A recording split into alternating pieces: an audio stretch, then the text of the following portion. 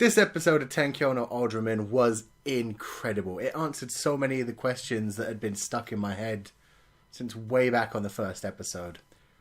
I mean, it also posed a couple new questions, and it kind of confused that first scene we got in the first episode, which I thought was like a major flash forward.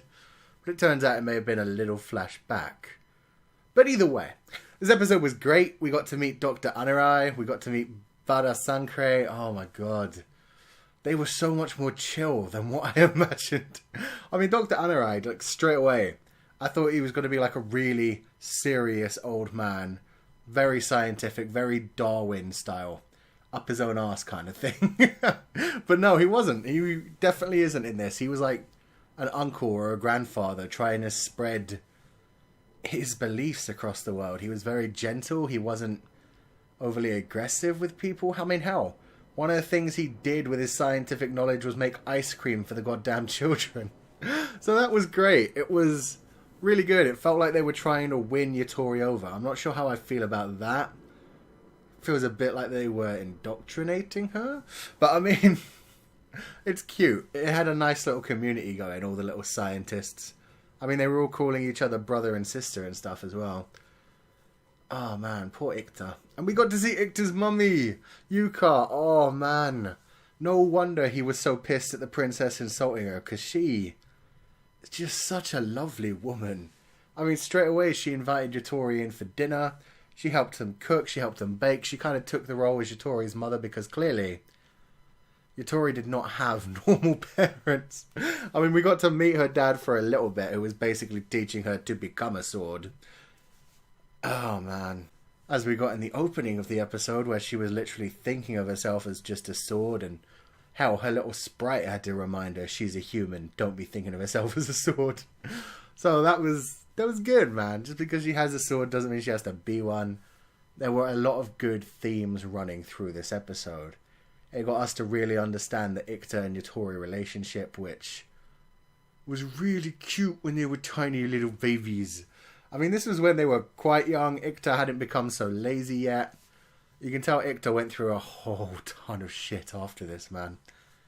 I mean, Bada Sankre had not been branded a traitor yet, and at the same time, we know that after this, Ikta ran off with his mother, Yuka.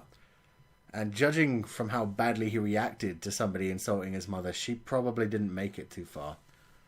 I mean, Ikta came back to the country by himself without Yuka, so chances are somewhere along the way she died, probably protecting him. And yeah, I'm sure that's left a lot of mental scars on him. I am surprised he even chose to come back to the country, but I guess it's because of that little promise they made. The whole, I'll be the left hand, you be the right hand, like the two sides of the brain as well. Oh, it was so cute. It worked so well. That whole fight with the wolves was really well done. They had some Home Alone style traps, but then they had some serious, ridiculous ones as well. And there was so much bloodshed going on. I mean, that one trap when the wolf opened the door and it smacked into him, the giant log trap, was incredible. All of the arrows they were firing were pretty deadly, but I mean, some of them were just so genius, using the ropes to lift the wolf off of the ground and then just stabbing it at their leisure. Man, that was sick. And then the moment at the end, when it was just like the wolf gave up the fight because it realised its child had come out into the open. That was some intelligent wolf thinking right there. The wolf had like human looking eyes as well. Looked back at them and basically gave them that, fine. You guys won. We're probably going to die out here anyway. You guys won. We're gone.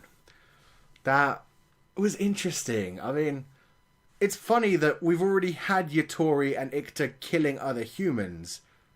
But this was how they first got into battles. They were killing animals and, you know, they made you feel bad for the animals even more than they did for some of the humans.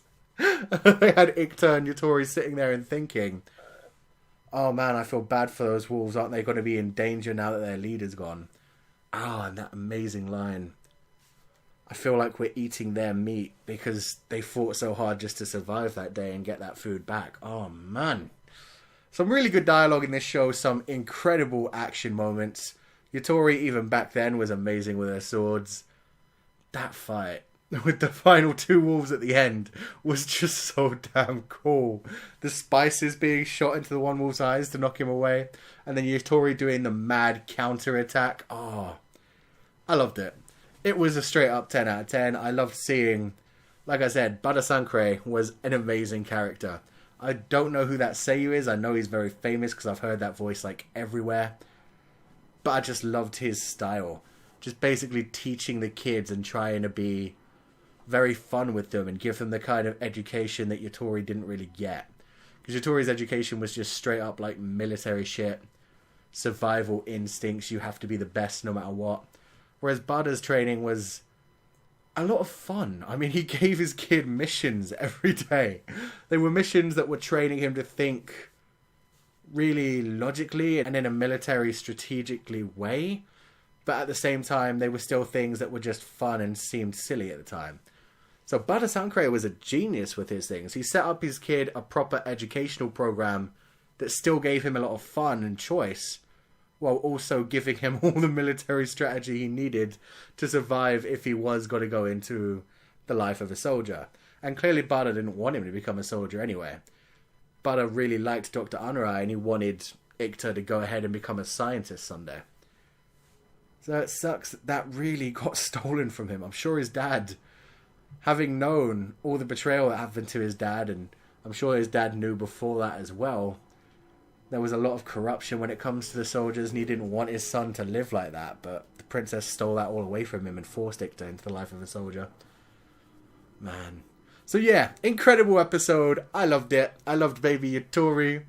I loved how her and Ikta's relationship just got stronger, and they basically got to that point where they are one in the same, and they're saying to each other, as long as we've got one another, nothing's going to stop us. I love that. But let me know what you guys thought of this episode in the comment section below.